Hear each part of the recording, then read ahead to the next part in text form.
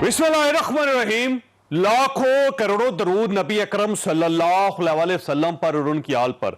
Senate के election में open ballot का इशू उलझता चला जा रहा है। सुप्रीम कोर्ट में रोजाना की बुनियाद पर समाअत हो रही है।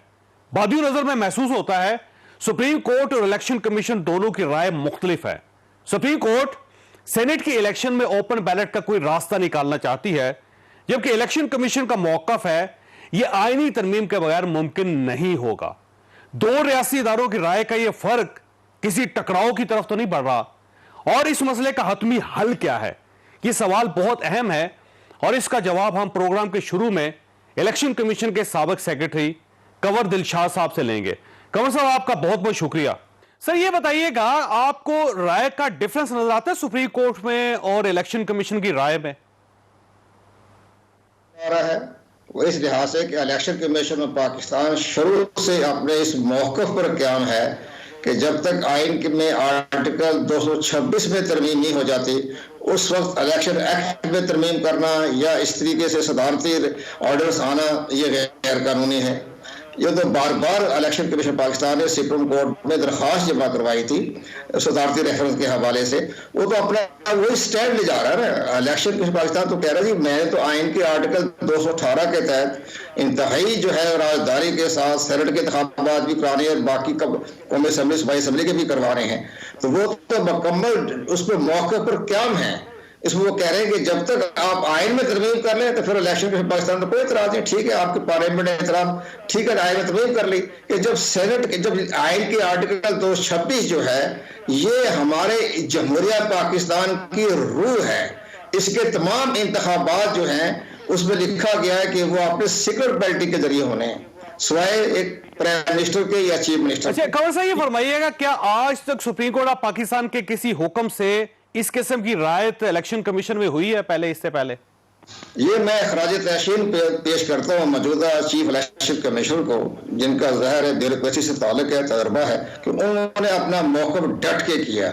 आज तक हमारी इलेक्शन कमीशन पाकिस्तान की तारीख में ऐसा कोई मौक़िफ़ पेश करने वाला चीफ इलेक्शन कमीशन हमारी नज़र से नहीं गुजरा जो इनका। पहले कभी गुंजाइश पैदा हुई है सुप्रीम कोर्ट ऑफ पाकिस्तान ने कहा हो या हाई कोर्ट ने उनका कोई ऑर्डर हो जिसकी वजह से इलेक्शन कमीशन के जो कवायद है उसके अंदर नरमी की गई हो, या जो आईनी कवायद हैं उसके अंदर कोई गुंजाइश पैदा की गई हो? एक वाक़या पेश आया था 88 में। उस वक्त के chief justice Lahore high court justice Abdul Salam Shakoor ने शनाख्ती कार्ड की शर्त खत्म कर दी थी। उन्होंने कहा था कि शनाख्ती कार्ड की जरूरत नहीं है, कोई भी अपने को शनाख्त दे दे, बिजली का बिल दे दे और मामले वो कर लें। उसको फिर चीफ इलेक्शन कमीशन उस वक्त थे जस्टिस एस ए नुसरत, उन्होंने इसको केस को सुप्रीम कोर्ट ऑफ पाकिस्तान में ले गए उनके लाहौर हाई कोर्ट के फैसले के खिलाफ। फिर सुप्रीम कोर्ट ऑफ पाकिस्तान के जस्टिस अब्दुल हलीम थे, जस्टिस हलीम, उन्होंने अपने जस्टिस एस ए नुसरत साहब की पिटीशन को एक्सेप्ट कर लिया और शनाख्ती कार्ड को लाजमी करार दे दिया। तो ये एक मामला हुआ था। ठीक हो। अच्छा कंवर साहब, ये फरमाइएगा, ये जो मुतनासिब नुमाइंदगी का इशू है ये इससे पहले कभी उठाया गया है? क्योंकि हर पार्टी के अपने एमपीएस हैं और उन एमपीएस के मुताबिक उनके कुछ सेनेट के अंदर उम्मीदवार या वोट्स या फिर उसके बाद टिकट्स बनते हैं या उनकी सीट्स बनती हैं। तो अब ये इशू पहली मर्तबा उठाया गया जहां तक मेरा नॉलेज है सुप्रीम कोर्ट ऑफ पाकिस्तान की तरफ से। तो क्या ऐसा हो सकता है कि इलेक्शन कमीशन को ये डायरेक्शन दी जाए कि जिस पार्टी के जितने एमपीएस हैं या एमएनएस है या जितनी उनकी नुमाइंदगी है उसके मुताबिक सेनेटर होने चाहिए? उसके लिए फिर आर्टिकल 224 में तरमीम करनी पड़ेगी ना। आइन का जो आर्टिकल 224 में जो ख्वातीन की मखसूस नशिस्तों के बारे में जो एक वाज़ह पॉलिसी दी हुई है ख्वातीन के बारे में कि मुतनासिब तरीके से उनकी सीटें जो हैं वो पार्टियां अब प्रायोरिटी बेसिस पर उनको पैदा सेलेक्ट करेंगी। तो फिर ये भी फिर आइन के आर्टिकल 224 में तरमीम करके जहाँ ख्वातीन की मखसूस नशिस्तों या मिनॉरिटी के बारे में जिक्र किया हुआ है तो वहाँ फिर सेनेट का भी जिक्र करते कि मेरा सेनेट के इलेक्शन भी ऐसे ही। कंवर साहब, जो मैं उनकी सुप्रीम कोर्ट ऑफ पाकिस्तान की जो हेयरिंग सुन रहा था या जो उसके बारे में बाहर चीजें निकली हैं, मुझे यूं महसूस होता है कि मुतनासिब नुमाइंदगी जो है ये सूबाई नहीं है, ये पार्टीज की मतलब सिर्फ नुमाइंदगी की अगर फर्ज कर लें कि पाकिस्तान तहरीक इंसाफ के पास जो अरकान है और उनकी तादाद को देखकर ये महसूस होता है कि उनके सेनेटर इतने होने चाहिए, तो ये इलेक्शन कमीशन से ये कहा जा रहा है सुप्रीम कोर्ट ऑफ पाकिस्तान की तरफ से कि आप इंश्योर करें कि उतने ही सीट्स उनकी निकलनी चाहिए, और अगर नहीं निकलती तो इसका मतलब ये हुआ कि उनके वोट्स या चोरी हुए या खरीद लिए गए हैं या किसी दूसरी पार्टी ने वो हासिल कर लिए हैं, तो इसको इलेक्शन कमीशन रोके। तो क्या इलेक्शन कमीशन रोक सकेगा इसको? नहीं, इलेक्शन कमीशन पाकिस्तान नहीं रोक सकता। वो इसलिए कि जब वो अपना वोट कास्ट करता है वोटर, उसके स्वाबदीद पर है, वो जिसको चाहे वोट दे, अपनी पार्टी के जो है वो बस्ता उनको वोट दे, या पार्टी हट के किसी को वोट दे, या अपने दोस्त को दे, या किसी मामले में दे के या हाउस ट्रेडिंग के जरिए वोट दे, वो तो उसका अपना वोटर का अपना स्वाबदीद है। उसमें इलेक्शन कमीशन पाकिस्तान का क्या ताल्लुक है जी? आप उतनी नशीस्तें दे दें जितनी नशीस्तें उस पार्टी की बनी हुई है, तो वोटर का मामला है ना, वोटर उसको वोट नहीं देता। अब आप जैसे कि बाकी पार्टी में इख्लाफात हो जाते हैं, जो आपने हमारी मंशा के खिलाफ किसी को टिकट दे दिया, उसकी मर्जी है वोटर की, उसको वोट को दे दे। आप लाहौर में देखिए, आपने खुद देखा। अच्छा, ये फरमाइए, ये वोट के ऊपर कोई बार कोड लगाया जा सकता है या जो सरबराह है पार्टी का उसको दिखाया जा सकता है, ये बताया जा सकता है, इलेक्शन कमीशन खुद ये डाटा कलेक्ट करके अपने पास रख सकता है?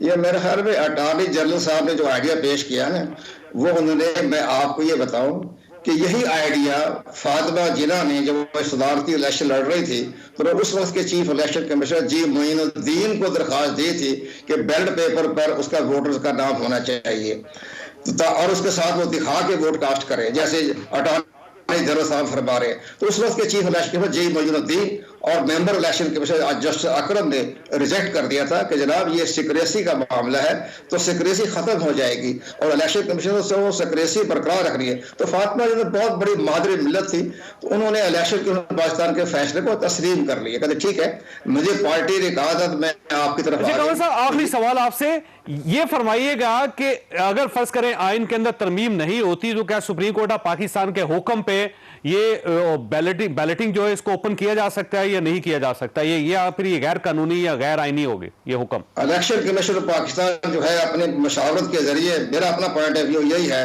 कि वो ये कहे कि चूंकि आइन में तरमीम नहीं हुई है तो सुप्रीम कोर्ट ऑफ पाकिस्तान ऐसे रूलिंग देने का मजाज नहीं था, तो वो अपना इंतखाब जो है पुराने तरीके के मुताबिक अपना सीक्रेट बैलेटिंग के जरिए करवा देगा कि जब तक आइन के आर्टिकल 226 में तरमीम नहीं हो जाती तो इलेक्शन कमीशन पाकिस्तान अपने मौके से पीछे नहीं हटेगा।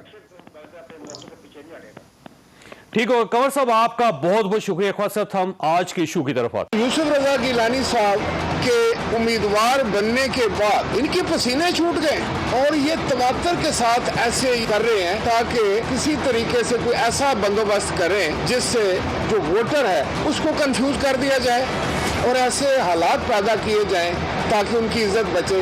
लेकिन मैं ये पूरे वसूख के साथ कह सकता हूँ कि इंशाअल्लाह ताला यूसुफ रजा गिलानी साहब की कामयाबी जो है वो यकीनी है। ये जो इलेक्शन हो रहा है उसके अंदर अब सहारा लिया जा रहा है, कभी जुडिशरी का और कभी और सहारे लिए जा रहे हैं। हम ट्रांसपेरेंसी के हक में हैं, हम चाहते हैं हॉर्स ट्रेडिंग नहीं होनी चाहिए। हम तो विक्टिम है कि जब सेनेट का इलेक्शन हुआ हमारे 14 वोट ज़्यादा थे, मगर उसके बावजूद भी हम हार गए। शोर तो हमें करना चाहिए था।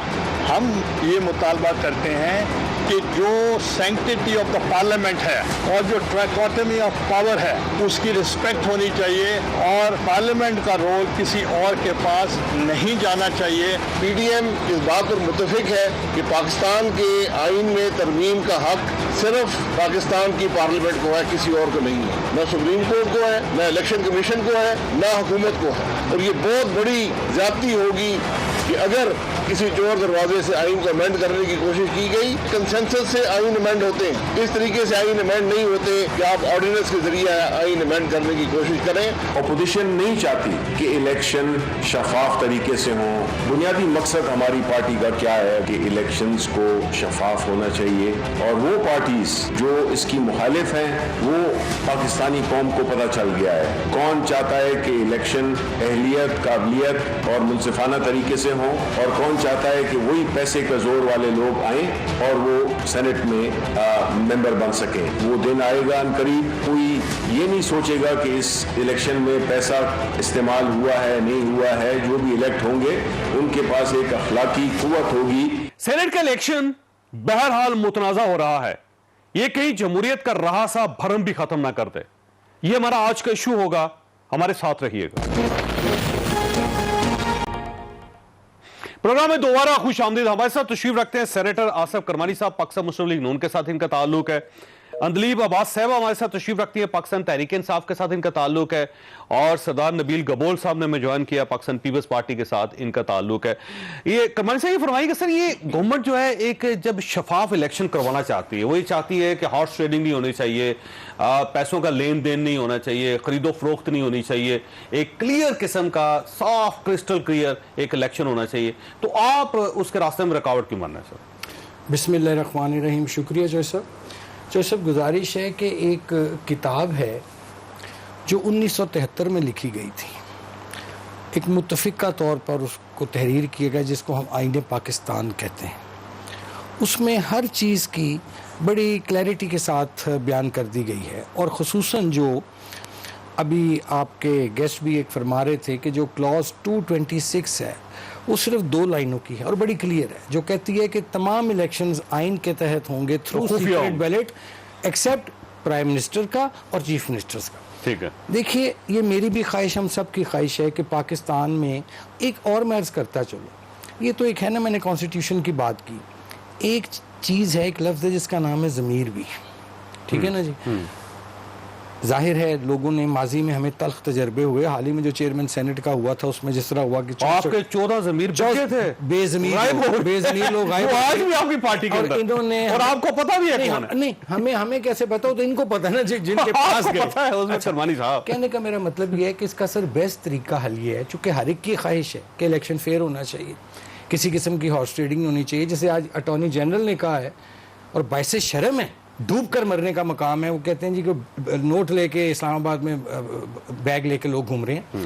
बेस्ट उसका हल ये था कि आप इसको पार्लियामेंट में लाते, पार्लियामेंट में लेके गए, नहीं देखे ना, अब रेफरेंस भी कर दिया, ऑर्डिनेंस भी जारी कर दिया, आप एक कमेटी बनाते, उस पर बैठ के एक बाकायदा इसको पैकेज के फॉर्म में लाते कि वाई सिर्फ के ये सेनेट का इलेक्शन किया जाए, चेयरमैन सेनेट का जो इलेक्शन हो या दूसरी चीजें हैं वो भी होनी चाहिए फिर उसके जरिए, ये एक पैकेज के तौर पर। अगर सुप्रीम कोर्ट ऑफ पाकिस्तान का हुक्म आ जाता है तो फिर देखें जी, सुप्रीम कोर्ट के हुक्म तो आगे तो को बोल नहीं सकता, लेकिन जहाँ तक मेरी अंडरस्टैंडिंग है कि सुप्रीम कोर्ट जो है वो आइन की तशरीह कर सकती है, और तशरीह भी वहाँ जहाँ कोई इबहाम हो, ये तो बड़ा क्लियर है। हाउएवर सुप्रीम कोर्ट तशरीह कर सकती है, लेकिन आईनी तरमीम या उसका क्या तरीक़ाकार होगा वो तो पार्लियामेंट का काम है। ठीक हो, अंदलीब अब्बास साहब ये फरमाइएगा कि अब जाहिर है पार्लियामेंट का काम है, आईनी तरमीम तो पार्लियामेंट ही करती है, और अगर एक बार सुप्रीम कोर्ट ऑफ पाकिस्तान ने ये कर दिया तो इसका मतलब ये हुआ कि आइन में जो भी तरमीम करनी होगी फिर पार्लियामेंट की कोई ज़रूरत नहीं है, फिर आप एक पटिशन करें,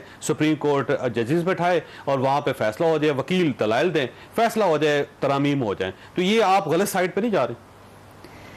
देखिए 2-3 चीज़ें हैं ना, ये तो हर जमात जो है बिलाशुबा मानती है कि हर दफ़ा हॉर्स ट्रेडिंग होती है, ये भी बिलाशुबा मानती है कि शफाफियत की ज़रूरत है, ये भी बिलाशुबा उनके लीडरों ने कहा हुआ है, चार्टर ऑफ डेमोक्रेसी में कहा, फिर 2016 में नवाज शरीफ ने कहा कि शो ऑफ हैंड्स होना चाहिए, और हर दफ़ा शोर मचा, लास्ट टाइम भी मचा कि जी बहुत ज़्यादा हॉर्स ट्रेडिंग हुई है, सब ने कहा जी हमारे लोग बिके, सब ने कहा जी इंक्वायरी होनी चाहिए, सिर्फ पीटीआई ने इंक्वायरी की और 20 बंदे निकाले। 2018 की बात कर रहे हैं जी, मैं 2018 की बात कर रही हूं। लेकिन ये जो था, ये जो 14 लोग गए थे, इस पे तो कोई इंक्वायरी नहीं हुई, क्योंकि इनको मसला था, इनको इंक्वायरी करनी चाहिए थी, इनकी एलिगेशन है, जिनकी एलिगेशन फायदा हुआ है वो भी तो कटारे मारना चाहिए। राइट, तो मैं तो ये कह रही हूँ, मैं तो कह रही हूँ कि 3 इंक्वायरियां होनी चाहिए थी, तीनों पार्टियों की इंक्वायरियां होनी चाहिए थी।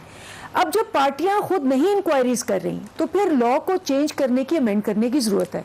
अक्टूबर में लॉ पेश हुआ, असेंबली में आया, उस पे मैं तो असेंबली में बैठी थी, वो हुआ क्या कि जी बजाय लॉज डिस्कस करने के वही हुआ जो फैटफ के साथ हुआ था कि जी पहले हमारा एनआर होगा, पहले शहबाज शरीफ की तस्वीर और खुर्शीद शाह की, तो आप सब जमातों की कमेटी बना लें। जनाब तो कमेटी बनी हुई है, उसको 2 दफा स्पीकर ने कोरोना के लिए बुलाया, इन सबको कोरोना के लिए नहीं आए। वो कहते हैं कि जब तक हमारा एनआरओ आप नहीं मानेंगे, हम ना फैटअप पे आएंगे, ना कोरोना पे आएंगे, ना हम इस पे हाउस ट्रेडिंग पे आएंगे, जब तक कि आप हमारा एनआरओ नहीं मानेंगे। अच्छा, वैसे इसमें एक इशू ये है कि इस तमाम सियासी जमातें, जितनी भी सियासी जमातें, उसमें सिर्फ प्राइम मिनिस्टर साहब ये कह रहे हैं कि अपोजिशन रोएगी, इनके जो उम्मीदवार होंगे वो हार जाएंगे, हमारे सेनेटर ज्यादा निकल आएंगे, जबकि ये बात पाकिस्तान पीपल्स पार्टी को कहनी चाहिए, नून लीग को कहनी चाहिए। आप पहले से ही कह रहे हैं कि आप इनके जो वोटर्स हैं उनको तोड़ लेंगे, तो ये तो उल्टा है कि आप एक तरफ ये भी कह रहे हैं, दूसरी तरफ आप सुप्रीम कोर्ट ऑफ पाकिस्तान की बदल भी ले रहे हैं। बात यह है कि मुराद अली शाह का बयान परसों आया, उसने कहा जी हम तो 10 सीटें लेंगे। वो पहले कह चुके हैं कि हॉर्स ट्रेडिंग करेंगे, क्योंकि उनकी 10 तो बनती नहीं है।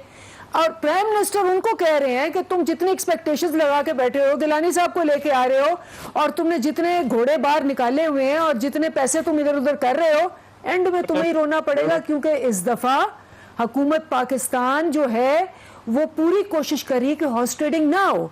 अब अवाम को तो पता चल गया ना। अटॉर्नी जनरल साहब को कैसे पता चला कि लोग नोट लेके फिर रहे हैं यहाँ पे इस्लामाबाद में, और अगर अटॉर्नी जनरल को पता है तो आपको क्यों नहीं पता? आप उनको गिरफ्तार कर लें। मेरे ख्याल है ये सब कह चुके हैं, ये सारी जमातें आज भी कह रही हैं कि हॉर्स ट्रेडिंग का कारोबार शुरू है। अब ऑब्वियसली जब तक कि आपके पास कोई एविडेंस नहीं होता। अटॉर्नी जनरल साहब ने यह भी कहा है कि पहले तो पैसे दिए जाते थे, अब हवाले और हुंडी के जरिए दुबई के अंदर ये हो रहा है। यानी attorney general Pakistan, government of Pakistan को रिप्रेजेंट करते हैं, उनके नुमाइंदे हैं, वो सुप्रीम कोर्ट ऑफ पाकिस्तान भी ये कह रहे हैं। तो इसका मतलब ये हुआ कि गवर्नमेंट को पता है फिर कौन हुंडी और हवाले के लिए पैसे दे रहा है। सबको पता है छंगा मांगा किसने स्टार्ट की, नवाज शरीफ साहब ने इतनी मेहनत पकड़ लेना इनको। उसके बाद अब पकड़ रहे हैं, नहीं आप फिक्र ना करें। आप अटॉर्नी जनरल से पूछें कि हवाला और हुंडी के जरिए कौन पैसे दे रहा है। कोई नहीं जाएगा, हमने अपने बंदों से शुरू किया, 20 बंदों को निकाला, किसी के बंदा नहीं छोड़ेंगे हम, चाहे इनके हो चाहे किसी के हो। ये तो मैं आपको बिल्कुल फाइनल बता रही हूँ। शफाफियत के लिए अवाम को पता चल गया है कि ये खड़े हैं हॉर्स ट्रेडिंग के साथ, ये खड़े हैं अली के साथ। ये लेकिन अगर हफीज शेख साहब हार जाते हैं इस्लामाबाद से, तो फिर तो गवर्नमेंट तो गई, गवर्नमेंट की जस्टिफिकेशन नहीं खत्म हो जाएगी। बंदे के जाने से तो खैर गवर्नमेंट ना जाती है ना ऑपोजिशन आती है, नंबर 1। नहीं, ये तो कौमी असेंबली में इलेक्ट करना है। अगर आपके लोग जो हैं खिसक जाते हैं तो फिर वही मैं बोल साहब की तरह अदम एतमाद देखे आप, अदम एतमाद की बात कर रहे हैं ना कि इस पे बिलावल साहब ने कहा कि लानी है, ऐसा इकबाल साहब ने कहा कि जी आपके बंदे ही पूरे नहीं होंगे। बिलावल ने कहा टेस्ट है ना, ये टेस्ट है। अगर यूसुफ गिलानी साहब जीत जाते हैं तो इसका मतलब ये हुआ कि आपकी पार्टी कमजोर होगी। अब तो इसका आपके हाथी भी निकल गए, आपके अंदर से भी निकल गए लोग। इसका दूसरा मतलब ये होगा कि हॉर्स ट्रेडिंग की है ना इन्होंने, फिर ही जीतेंगे ना। सही बात। ये गबोल साहब फरमाइए कि सर ये यूसुफ गिलानी साहब इतने कॉन्फिडेंट क्यों हैं, और आपकी पार्टी क्यों कॉन्फिडेंट है कि यूसुफ गिलानी साहब जो हैं वो जीत जाएंगे? इसका मतलब हॉर्स ट्रेडिंग का पूरा पक्का प्रोग्राम कर लिया आपने, बना लिया। देखिए, ये जो सेनेट का इलेक्शन है ना, ये बहुत सस्पेंसफुल और थ्रिलर वाला एक मूवी जिस तरह आप देखते हैं ना, ये एक सस्पेंस और थ्रिलर। और मैं समझता हूं कि सारा सेनेट का इलेक्शन एक तरफ और इस्लामाबाद की एक सीट का इलेक्शन एक तरफ, क्योंकि इस्लामाबाद की एक ही सीट जो है ना आने वाले दिनों की सियासत का तयन करेगी और फैसला करेगी कि आगे क्या होने जा रहा है। मैं समझता हूँ यूसुफ रजा गिलानी 12 से लेके 15 वोट चाहिए इजाफी। गबोल साहब वो वोट कहां से आएंगे? अगर आपके उम्मीदवार वोट ले लेते हैं, यूसुफ गिलानी साहब जीत जाते हैं, तो इसका मतलब ये हो कि हॉर्स ट्रेडिंग की फिर आपने।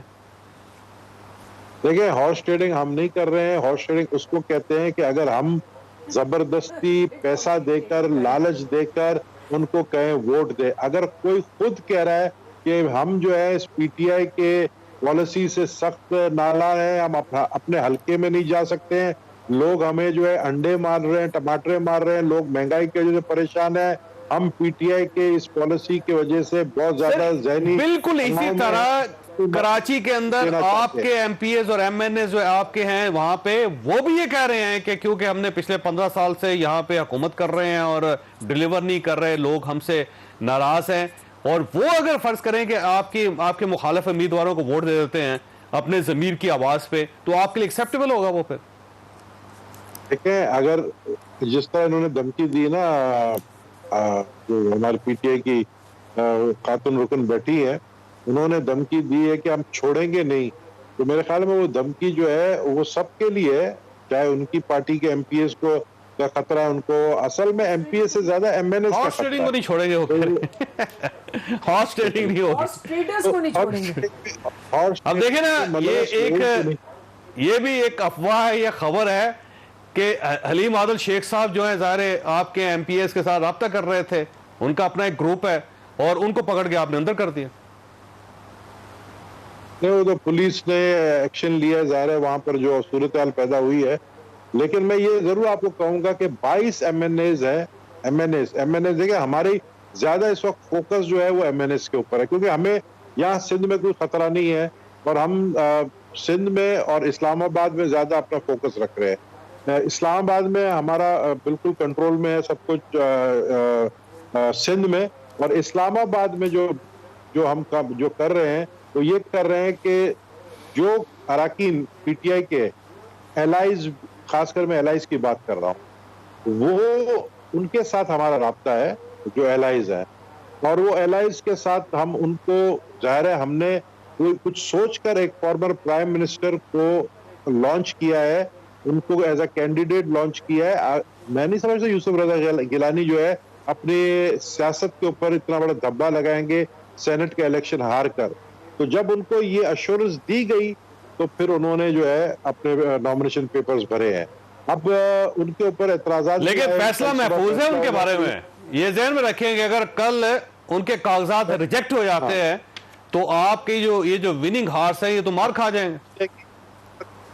हम ये समझते हैं कि ये हुकूमत जो है इलेक्शन कमीशन को प्रेशराइज करती है, और हम समझते हैं कि ये एक ऐसा फैसला आएगा जिससे हुकूमत को अपनी हार नजर आ रही है, और वो इलेक्शन कमीशन जैसे इदारे को जो है प्रेशराइज करके ये फैसला अपने हक में। वैसे कितने एमएनए आपके साथ राब्ते में है जो यूसुफ गिलानी साहब को वोट देंगे सर?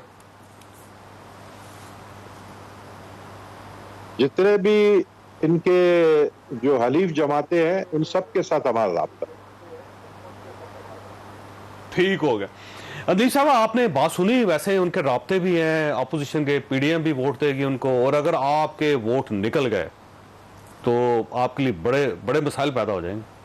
पहली बात तो ये कि शुक्र है उन्होंने मान लिया कि हॉर्स ट्रेडिंग की पूरी कोशिश कर रहे हैं, वो वोट खरीदने की कोशिश कर रहे हैं, और जब जीतेंगे भी तो उन्होंने ये भी मान लिया कि हाँ जी हमने जमीर की आवाज है ना, जैसे 14 सेनेटर की जमीर की आवाज थी सादिक संजरानी के इशू पे, जमीर फरोशी, आपके एमएनए जो उनकी जमीर की आवाज, जमीर की खरीदो फरोख्त में तो माहिर है ये।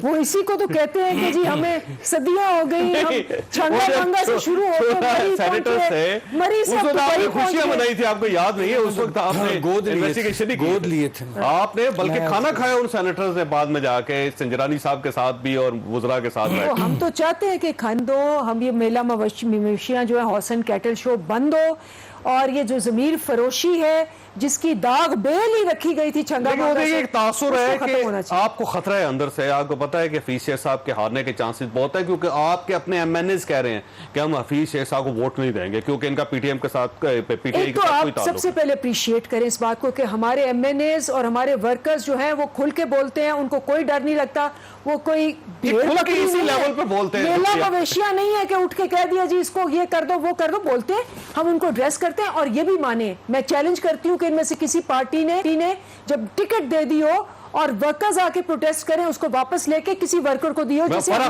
फराह खान फरज शहजादी, कौन ये लाहौर के अंदर कवरिंग कैंडिडेट, डॉक्टर जरकर कवरिंग कैंडिडेट है। नहीं तो डॉक्टर जरकर, तो अगर डॉक्टर जरका इलेक्शन में लड़ती तो कवरिंग कैंडिडेट सामने आ जाएगा। तो कबूल भी हो गए कागजात डॉक्टर जरका, कुछ भी हो सकता है। वैसे फर्ज करें कि वो नहीं विड्रॉ कर लेती, कुछ भी हो सकता है, कुछ भी नहीं हो सकता। आपका एक जो कवरिंग कैंडिडेट है वो सामने आ जाएगा। तो अगर उस पर ऑब्जेक्शन आई तो वो वापस ले लेंगे। तो अब आप देखें ना, मसला ये कि आपकी पार्टी ने 30-30 साल पुराने, 20-20 साल पुराने, 15-15 साल पुराने वर्कर, आपने उनको टिकट नहीं दिया। कौन से वर्कर्स को टिकट नहीं दिया? मुझे बताएं। एजाज चौधरी क्या है, वो 35 साल से काम कर रहा है। फिर मुझे बताएं ओन अब्बास बब्बी, मुझे बताएं इसका, वैसे ये बताएं, ये फराह खान है, उनका पार्टी के साथ ताल्लुक है? नहीं, पार्टी में वो है, पार्टी में वो है, वो जो हमारा विमेन बिजनेस विंग है उसकी वो हेड है। ठीक हो गया। और लियाकत तरकई साहब का क्या? लियाकत तरकई साहब तो शुरू से हमारे अलायंस में है, उनका बेटा है वो जो शहराम तरकई नहीं, बेटा नहीं है, सॉरी, चचा कहें जो भी है, पर ये पूरी तरकई फैमिली तो हमारे साथ है। नजीबुल्लाह खटक साहब जो पुराने परवेज खटक साहब के साथ के दौर से वो आपकी पार्टी के, आपने उसको वो टिकट भी दे दिया, वापस भी ले लिया। लियाकत तरकई साहब उनके भी कागजात कबूल हो गए। कमाई से ये फरमाइएगा सर, ये एक अच्छा वक्त आ रहा है, गवर्नमेंट आपकी तरफ हाथ फैला रही है, बढ़ा रही है, बल्कि आपकी तरफ आप हाथ थामे, ताकि एक बार वंस फॉर ऑल कम से कम ये सेनेट का इलेक्शन क्लियर हो जाए।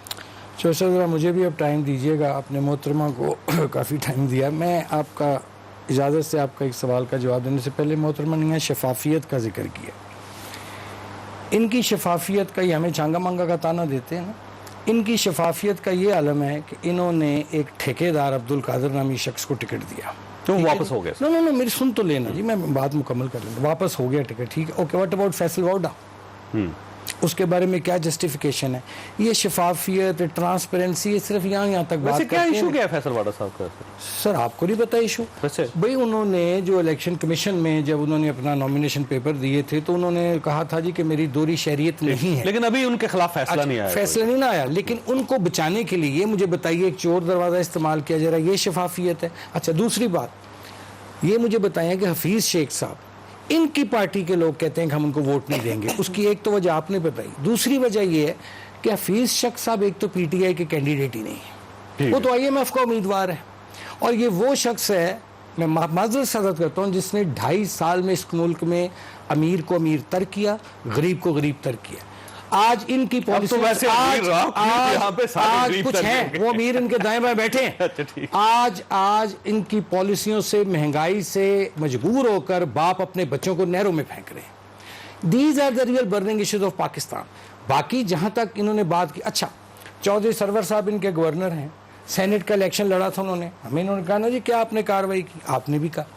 चौधरी सरवर साहब 30 के 35 सीटें थी इनकी, 35 थी शायद मेरा ख्याल पंजाब में, वो ले जाते हैं 47-48।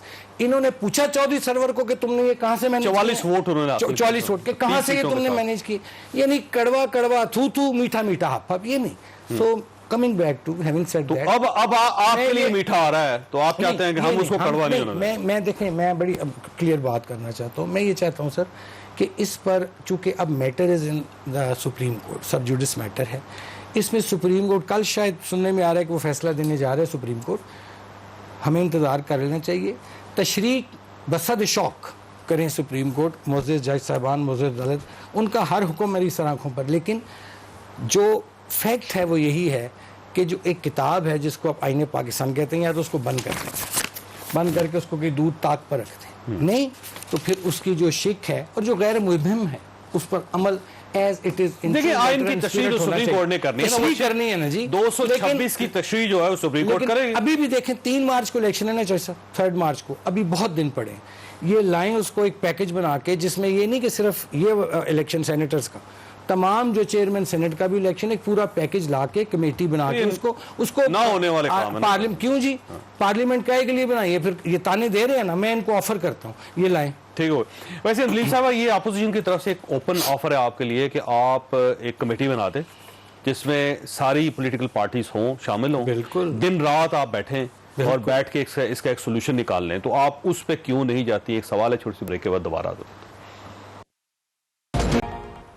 प्रोग्राम में दोबारा खुशामदीद। मैं आपकी तरफ आऊंगा, लेकिन एक सवाल इनके सामने रखना चाह रहा हूं कुरबानी साहब के बाद कि कुरबानी साहब, ये एक आईनी चीज़ है, एक अलग चीज़ है, लेकिन जहां तक अखलाकियात का ताल्लुक है तो पीडीएम इसमें कमज़ोर है, और गवर्नमेंट जो अखलाकी तौर पर बड़ी मजबूत नज़र आ रही है क्योंकि उसने अखलाकियात का इशू उठाया है। तो आप आइन को एक साइड पर रख के अखलाकियात की तरफ आए ना सर। देखिए सर, अखलाकियात की तरफ आने का मैंने कोर्स किया है ना इनको, कि बेस्ट तरीका जो फोरम है वो तो पार्लियामेंट है, वहाँ आए वो वहाँ आके लेजिस्लेशन करें ना। ताकि देखिए जैसे आपने पहले जैसा फरमाया कि अगर सारे मामलात हमने सुप्रीम कोर्ट से हल करने हैं या तमाम मामला जो से हैं वो सदर साहब ऑर्डिनेंस जारी करें 2015 में, 2016 में, 2017 में, 2018 में, मैं कब ना आप उस पोजीशन से पीछे क्यों हट रहे हैं? मैं बिल्कुल सीओडी जो थे उसके अंदर एक पोजीशन मैं तो कह रहा हूँ, मैंने तो ऑफर किया अपनी बहन को, दोबारा कहता हूँ कि जाके लाएं पार्लियामेंट में। तो आप पार्लियामेंट में ले आए। देखिए इसमें तो कोई शक ही नहीं, पहले भी लेके आए, अक्टूबर में भी लेके आए, हमेशा लेके आते हैं, कोई दोबारा ले आते हैं, कोई मसला नहीं। जो इन्होंने बात की चौधरी सरवर की, वो इत्तेफाक से मैं भी सेनेट की उस सीट पे खड़ी हुई थी, तो अपोजिशन में हम थे, वो मैं विमेन सीट पे थी, उसकी रिक्वायरमेंट हाई थी और इनकी चौधरी सरवर की 42 रिक्वायरमेंट थी और हमारी 30 सीटें थी, मिल मिला के कोई 34। चौधरी सरवर साहब को 44 मिले, सबसे ज्यादा जिसको वोट मिले सारे मिला के सब कंपेयर टू वो मुझे मिले थे और मुझे 49 मिले थे। बात यह है कि मेरे पास तो कोई हॉर्स ट्रेडिंग के लिए वो नहीं था। इनको भी पता मेरा 11,000 रुपए 11,230 रुपए लगे थे। मैंने एक लीफलेट बनाया था और मैं इनके लोगों ने साथ खुशी से ज़मीर की आवाज में वोट दिया था आपको। मुझे पीएमएलएन की तरफ से भी मिले थे, सबकी तरफ से मिले थे। मैं उनके पास गई थी, मैंने कहा जी ये मेरी बैकग्राउंड है, ये मैं कंट्रीब्यूट करना चाहती हूँ, मुझे मौका दें। तो ज़मीर की आवाज पे आपको बिल्कुल, आपको आप मुझे देख लें कि मैं क्या हॉर्स इसी ट्रेडिंग कर सकती ज़मीर हूँ। की आवाज पे अगर यूसुफ रज़ा गिलानी साहब को वोट मिल गए तो आप खुशदिली से एक्सेप्ट कर लेंगे फिर उसको? देखिए वो एक्सेप्ट तो करना पड़ेगा ना हमें। नहीं, वो तो अगर करना एक पड़ेगा, दफा खुशदिली। एक दफा इलेक्शन कमीशन अनाउंस कर देता है तो उसके बाद आप पिटिशंस में जा सकते हैं, वैसे जा सकते हैं, लेकिन एक नहीं, दफा उसके बाद announce नारे करते हैं, लगाना, तो फिर ये बात करना कि देखें नारे ये तो इन्होंने देखिए, खरीदा, ये तो इन्होंने होगा। बेचा। अगर आप अग्री नहीं करते, आवाज तो हम उठाते हैं, ये भी आवाज उठाते हैं जब देखिए agree जब नहीं आपको करते। 49 वोट मिले थे तो उस वक्त तो इन्होंने शोर नहीं किया था सबने, नहीं, इस वक्त बड़ा हंगामा हुआ था। इन्होंने ये नहीं कहा था बड़ा खरीद लिया नहीं, आपने। लेकिन मैं हुई नहीं ना, क्योंकि मेरी विमेन सीट इनकी women seat अगर थी। मैं हो जाती तो फिर मेरे पे भी आता, लेकिन चौधरी सरवर साहब को तो मेरे से कम वोट मिले हैं, तो मैं इसलिए ये कह रही नहीं, वो हूँ। 34 असल वोट या issue ये- 30 वोट्स पे 44 44 कैसे वोट ले? ये इशू था। जी जी, वो कैसे लेगा? तो वही है ना, 34 ही थे मेरे लिए भी, मेरी पार्टी के तो 34 ही वोट है ना, आप समझे ना, हमारे वोट 34 थे। Horse trading जितने हुई थी, एक्स्ट्रा इसका हुआ, मतलब ये हुआ कि ज़मीर की आवाज जो है वो मौजूद है नहीं, और मैं आप- एमपीएस मतलब ज़मीर आप की आवाज पे वोट दे सकते हैं, एमएनएस भी दे सकते हैं, तो ये दे देंगे। आप सोचें कि अगर बोल। वो खरीदने होते तो आपने तो खरीदा नहीं था ना। चौधरी सरवर के मेरे से कम तो कैसे यूसुफ होगा? गिलानी साहब कैसे खरीद लेंगे अगर आप नहीं खरीदते? देखिए वो तो मुराद अली शाह ने अनाउंस कर दिया, उन्होंने कहा कि 10 चौधरी हम यहाँ से सरवर साहब लेंगे। भी ये कहते थे मैं जीतूंगा। ये कहते नहीं, थे। जीता तो कौन कहता है कि मैं हार, कोई कहेगा, कवरिंग कैंडिडेट भी कहता है मैं जाके जीतूंगा, जो इंडिपेंडेंट खड़े हो रहे हैं जिनके पास एक वोट नहीं, वो भी कह रहे हैं हम जाके ठीक जीतेंगे। है कबोल साहब, ये आपकी तरफ भी आ रहा है इशू, क्योंकि ये जो मुराद अली शाह साहब ने जो फरमा दिया था, उन्होंने प्रेस टॉक में ये कह दिया था कि हम जीतेंगे, हम सरप्राइज देंगे और 10 सीटें भी हमारी निकल सकती हैं, तो ये जाहिर है जब आप कहेंगे तो आप पे उंगलियां तो उठेंगी। आपको ये अनाउंस करने की क्या जरूरत है अगर आपने कुछ एमपीएस उनके साथ बात चला रहे हैं तो? जावेद चौधरी साहब, मेरा काम तो बड़ा आसान कर दिया अंजलि अब्बासी साहिबा ने ये कहकर कि ये खुद गई और मुस्लिम लीग नून के लेडी एमपीएस के पास वोट मांगने गए, उन्होंने वोट दिया। 34 इनके मेंबर्स थे, इनको 49 वोट मिले हैं। तो कितने वोट हो गए? मेरा मैथमेटिक्स इतना अच्छा नहीं है, मेरे ख्याल में 15 वोट 15 वोट ज्यादा हो गए पीएमएल नून के। तो इसी तरीके से चौधरी सरवर साहब को भी ज्यादा वोट मिले, 10 ज्यादा वोट मिले, वो भी पीएमएल नून के थे। तो ये हॉर्स ट्रेडिंग नहीं है, हम भी तो यही करने जा रहे हैं। अब कल एक डिनर रखा है हमने, उसमें हमने इनके एमएनएस को बादशाह खान बैठे हुए हैं ना, वो बटिया लेके। रिक्वेस्ट करेंगे कि देखें यूसुफ रजा गिलानी साहब साबिक वजीर आजम के तौर पर उन्होंने काम अंजाम दिए और वो आपके हफीज शेख से इसलिए अच्छे कैंडिडेट है क्योंकि हफीज शेख ने इस 2.5 साल में जो महंगाई लेकर आए हैं, हफीज शेख पीटीआई का उम्मीदवार नहीं है, इनके हफीज फाइनेंस शेख मिनिस्टर भी थे। वो आपके फाइनेंस मिनिस्टर भी थे सर, यूसुफ गिलानी साहब के साथ 3 साल काम किया उन्होंने। छुट्टी कर दी, हमने उनकी छुट्टी कर दी और इन्होंने गोद में ले लिया। अब बात यह है कि आईएमएफ की मर्जी, वो कभी पीपल्स पार्टी के गोद में रख लेते हैं, कभी जो है पीटीआई के गोद में बिठा देते हैं उनको। तो वो इसलिए हमारा कैंडिडेट बेहतर है। हम ये बात समझाने के लिए हम एक एक एमएनए के घर जा रहे हैं, एक एक एमएनए जहां पर हमें लगता वैसे है कि अगर ये एमएनए जो है गिलानी साहब हार गए तो फिर सर? अगर हार गए तो हार गए, खत्म। हार जीत और हार तो होती रहती सियासत के अंदर, लेकिन यूसुफ रजा गिलानी हार मतलब आपको फिर कोई एतराज नहीं होगा, एक्सेप्ट करेंगे आप फिर? एतराज होगा वो तो देखो, वो तो इमरान खान साहब को जो है ना अफसोस होगा जब वो हारे, आईएमएफ का कैंडिडेट हार जाएगा, वो तो उनको दुख होगा, वो तो उनको सदमा होगा, क्योंकि फौरी तौर पर हम वोट ऑफ नो कॉन्फिडेंस लेकर आएंगे पार्लियामेंट के अंदर इनके खिलाफ, फौरी तौर पर इस इलेक्शन के रिजल्ट के अनाउंस होते हुए। अच्छा, क्योंकि अगर वैसे आज गिलानी साहब ने ये कहा है कि मेरे पास हफीज शेख साहब के राज हैं, ये मेरे साथ मिनिस्टर रहे हैं, हमें पता है कि कहां कहां क्या क्या मसला है, लेकिन मैंने अपने वकील को कह दिया है कि आपने इनका इशू नहीं उठाना और हमने इनके खिलाफ कोई अपील नहीं की, जबकि मेरे खिलाफ अपील हो गई। तो वो गिलानी साहब के पास कौन से ऐसे राज हैं सर जिसकी बुनियाद पे आप हफीज शेख साहब को डराने की कोशिश कर रहे हैं? नहीं, अब जाहिर है प्राइम मिनिस्टर रहे हैं, उनको पता था कि कहां से वो पैसे किस तरीके से जो है उन्होंने लेकर आए हैं, किस तरीके से मेरे ख्याल में इसके अंदर एक बहुत बड़ा एक इल्जाम होगा अगर मैं लगाऊंगा। लेकिन बहुत सारे ऐसे राज है, मैं भी मिनिस्टर था उनके साथ और मुझे पता है कि किस तरीके से उस वक्त हालात क्या थे और उनको क्या क्या करना पड़ा। लेकिन मैं समझता हूँ कि अब ये बात को ना छेड़े तो बेहतर है, क्योंकि अगर यूसुफ रजा गिलानी साहब नहीं, वो राज तो सिर्फ उनके नहीं हुआ ना, फिर सर आपके वजीर थे तो आप जाहिर है आप खुद भी गिल्टी हो जाएंगे उसमें। दिलीप साहब, ये आपको कोई खौफ है जिसकी वजह से आपने यूसुफ रजा गिलानी साहब के कागजात नामजदगी जो है उनको चैलेंज कर दिया? एक तो यूसुफ रजा वही हैं जिनको काला कोट पहन के नवाज शरीफ साहब ने पहले डिस्क्वालीफाई कराया, अब वो खाकान अब्बासी प्राइम मिनिस्टर साहब जो है वो उनको क्वालिफाई करने गए हैं। तो हमारा हक बनता है कि जी हम उनकी क्वालिफिकेशंस के ऊपर एतराज करें, और हमने किया। वैसे क्या एतराज है आपको? उनके ऊपर केसेस हैं चल रहे हैं, तो केसेस तो बेशुमार लोगों पर कुछ डिसीजंस आ गए, डिस्क्वालीफाइड भी है। मैं लीगल इतना नहीं उसको जानती, तो डिस्क्वालिफिकेशन का टाइम तो खत्म हो गया, उसके बाद 2018 का इलेक्शन भी लड़ा उन्होंने। Like I said, I don't know the exact details, मैं ऐसे ही क्या बात करूं, मुझे लीगली उसका नहीं पता कि किस चीज पे एतराज किया। तो रेफरेंस देखें ना, बस बाबर अवान साहब के खिलाफ रेफरेंस है, इस तरह परवेज खटक साहब के खिलाफ रेफरेंस है, वो प्रॉपर वजीर भी है, लिहाजा कोई इशू नहीं, क्योंकि फैसला तो उनके खिलाफ कोई नहीं आया। सेम इसे यूसुफ गिलानी साहब के खिलाफ फैसला आ गया था, डिस्क्वालिफिकेशन हुई थी, 5 साल पूरे हो गए, 2018 में उन्होंने इलेक्शन लड़ा कौमी असम्बली का, वो हार गए, नहीं जीत सके। तो ये कहना कि इनके खिलाफ क्योंकि फैसला आया लाइक था, आई सेड, तो मुझे मैं प्रिवी नहीं हूं टू सारी डिटेल्स, तो मैं कमेंट नहीं कर सकती इस पे। ठीक है, करवानी साहब ये फरमाइएगा सर, कितने लोगों से रब्ता हुआ आप तक गिलानी साहब के वोट के लिए? क्या आप लोग भी कोशिश कर रहे हैं, सिर्फ पीपल्स पार्टी कर रहे हैं? सर इसमें to be very honestly choice साहब, पीटीआई में इस वक्त मेरी बहन को बुरा लगेगा, लेकिन जो हालात हैं, जो मीडिया में भी आ रहा है कि इनकी पार्टी के अंदर एक रिवोल्ट हो चुका है। पंजाब में भी काफ़ी लोग हैं और मरकज़ में भी हैं लोग जो कि इनके जो फैसले हैं, अभी भी जो टिकट दिए गए, वापस लिए, फिर दिए गए, कुछ ऐसे उम्मीदवार, जैसे मैंने आपको अर्ज़ किया, फैसल वाडा साहब हैं, हफीज़ शेख साहब हैं, उस पर पीटीआई का जो पुराना वर्कर है, डाई हार्ड है, उनका जो पुराना साथ चल रहा है 22-23 साल से, उसको बड़े तहफ़्फ़ुज़ात हैं। और यहाँ तक कि पीछे एक इनके एमपीए थे, मुझे नाम भूल रहा है, उन्होंने यहाँ तक कहा जी कि हम अपना कैंडिडेट पुट करेंगे, हमने पीटीआई के कैंडिडेट को वोट नहीं देना। डॉक्टर आमिर लियाकत ने भी कल कहा कि जी मैं हफीज़ शेख को वोट नहीं दूंगा।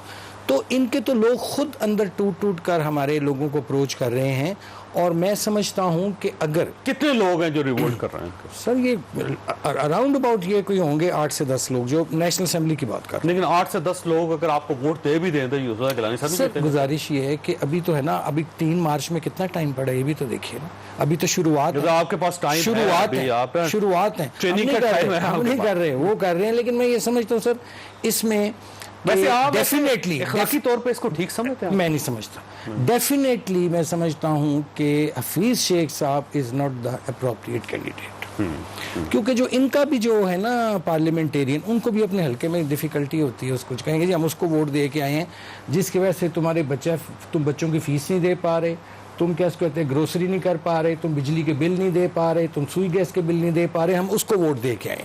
तो उनको जो बैकलैश आना है एक उस वजह से, हाँ अगर कैंडिडेट के कोई अपने नजरियाती ले आते, कोई डाई हार्ड पीटीआई का लाते, तो देखिए वाडा साहब को लेके आए ना, उन पे भी आप वाडा साहब तो वो 62 को लेके आप 63 आता है ना। नहीं, मैंने डॉक्टर तरकई साहब को लेके डॉक्टर जरका पे एतराज नहीं किया, मैंने तो ये कहा साहब को लेके फैसल वाडा साहब का मैंने जरूर नाम लिया, चूंकि ऑलरेडी उन पर 62-63 लागू हो रहे हैं। उनको तो वो उन्होंने कहा कि आपने झूठ बोला, उस वक्त अभी फैसला नहीं आया उनके खिलाफ, तो फिर फैसला आने नहीं देते इतनी जल्दी क्या थी इनको? ये जो आपकी पार्टी के अंदर रिवोल्ट हो रहा है, आपको पता चल रहा है कि ग्रुप बन गया है और वो ग्रुप जो है यूसुफ गिलानी साहब को वोट दे रहा है और उधर सिंध के अंदर भी वो आपके मुखालफिन को वोट दे रहे हैं? देखिए, मैंने तो पहले कहा कि हमारी पार्टी में लोग खुल के बोलते हैं, जो बोल रहा है वो खुल के बोल रहा है, वो आप मीडिया में भी बोल रहे हैं, हर जगह बोल रहा है, वो आपने देख लिया कौन है, कैसे हैं, उनके साथ बात भी हो रही है, उनके साथ एतराज़ात माने भी जा रहे हैं, उनकी वजह से डिसीजंस भी रिवर्स हो चुके हैं। ये छोड़ें, आप ये देखें कि पार्टी की लीडर जो है वो खड़े होकर कहती है कि ओ शेरो, ये जो 2 इस्तीफे हैं ये जाके भले गलत ही हैं, तुम जाके स्पीकर के मुंह पे मार के आना, वापस ना आना।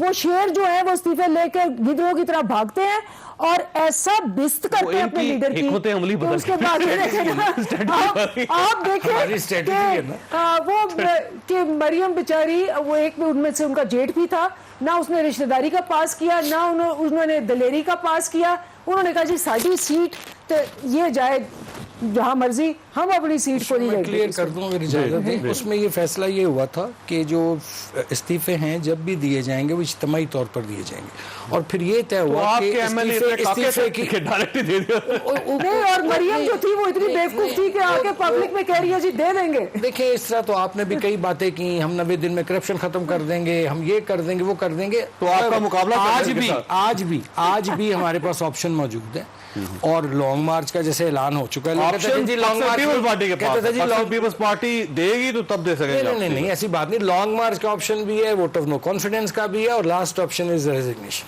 तो आप इस्तीफे देंगे अभी भी है? क्यों नहीं देंगे? तुसी मांग लो तो दे देने। नहीं, आप जो मांग रहे हैं उन्हीं को दें। आपकी लीडर मांग रही है लेकिन उनको नहीं मिल हम रहा। पहले दे चुके हुए हैं, हमारे उन इस्तीफे उनके पास मौजूद हैं। अब टाइमिंग है कि वो किस वक्त उसको एग्जीक्यूट करना चाहते हैं। अभी उनके स्वाबदीद पे नवाज शरीफ साहब के, मरियम नवाज, शहबाज साहब। अच्छा ये फरमाइए सर, ये सेनेट के इलेक्शन इतने मुतनाज़े क्यों हो गए जी? हर बार होते हैं लेकिन इतने तो नहीं हो। मैंने खुद नहीं समझ आ रही चौधरी साहब कि ये क्यों इस दफ़ा इतने मुतनाज़े हो गए। मैं समझता हूँ चौधरी साहब कि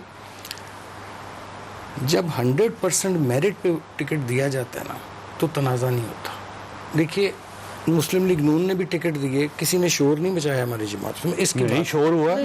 राजा जफरुल हक साहब सबसे सीनियर पार्लियामेंटेरियन, उन्होंने खुद कहा सर उन्होंने दरख्वास्त दी थी वो उसके लिए। नहीं सर दरख्वास्त उन्होंने सर खुद कहा कि मैं इंटरेस्टेड नहीं हूँ, मेरी सर वो बाद में सर ना हो तो दरख्वास्त कहा ना उन्होंने ना कहते अगर राजा साहब दरख्वास्त क्यों दी? सुनते सर ना, राजा साहब अगर ना फरमाते बाद में अपना इरादा ना बदलते तो उनको टिकट दिया जाता। अच्छा दूसरा पीपल्स से पहले दरख्वास्त दी उन्होंने, अगर उनको नहीं जरूरत थी दरख्वास्त देते सर। 2 दिन पहले माइंड चेंज, 2 दिन में माइंड चेंज हो जाता है। 2 दिन एक मिनट में इंसान अपना देख लेता, हो सकता है उनको फील हुआ कि आई एम नॉट वेल। जो उन्होंने हमें कहा, जो मेरी बात हुई, उन्होंने कहा जी मैं I am not well, I am 85 sir ये सर ये कल से कहना शुरू किया सबने। चलें मेरे तरफ से जब रिस्पांस आया, एक प्रेशर आया आप पे, एक साहब उसके बाद आपने कहना शुरू किया आमादा नहीं है तो अब उसके गले में दाल तो नहीं डाल सकते। अच्छा having said that, Peoples Party की कोई शोर नहीं आया, ठीक है जी। मैक्सिमम जहां शोर मचा है वो मचा है उस पे, इसलिए कि हमारी पार्टी में वर्कर बोलता है उसकी जुर्रत होती है। इसलिए बोला इसलिए बोला गया कि ठेकेदार कादर को टिकट दिया गया तो बोलना था उन्होंने। ये देखें लैंड माफिया वो एक है इनका पुराना है, पता नहीं उसको इन्होंने कवरिंग कैंडिडेट बनाया, बेचारा 23-24 साल से जेंटलमैन उमर सरफराज। ये तो एटीएम कहते हैं ना हमारे, इनका तो सैफुल मुलूक पूरा स्टेट बैंक है। एटीएम तो वर्ल्ड में चलते हैं।